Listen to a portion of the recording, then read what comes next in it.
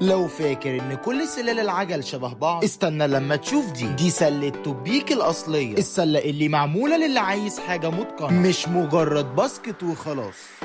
الخامة هنا سلك معدني متين، والسعة 16 لتر، وتشيل لحد 5 كيلو بالأرقام الرسمية من توبيك، يعني استخدام يومي محترم من غير مبالغة. واللي بيفرقها بجد هو نظام التثبيت فيكسر 3E، نظام كويك كليك ثابت ومحكم، وبيركب على أي مقاس هاندل من 22.2 لحد 31.8 ملم. والأهم في كابل أمان صغير بيمنع القاعدة إن هي تلف أو تتحرك مع المطبات، وده جزء أساسي من تصميم توبيك أصلا.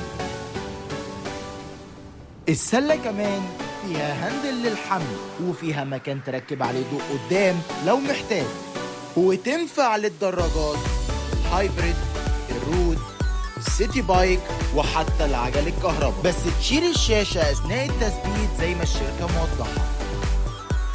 توبيك عملت سلة بسيطة متقنة وتعيش معاك، ولما تجربها هتحس بالفرق.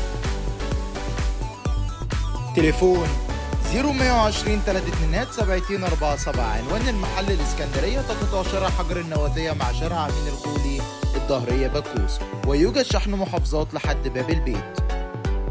وزي ما وعدناكم، دراجة تعني الأحدث والأجود.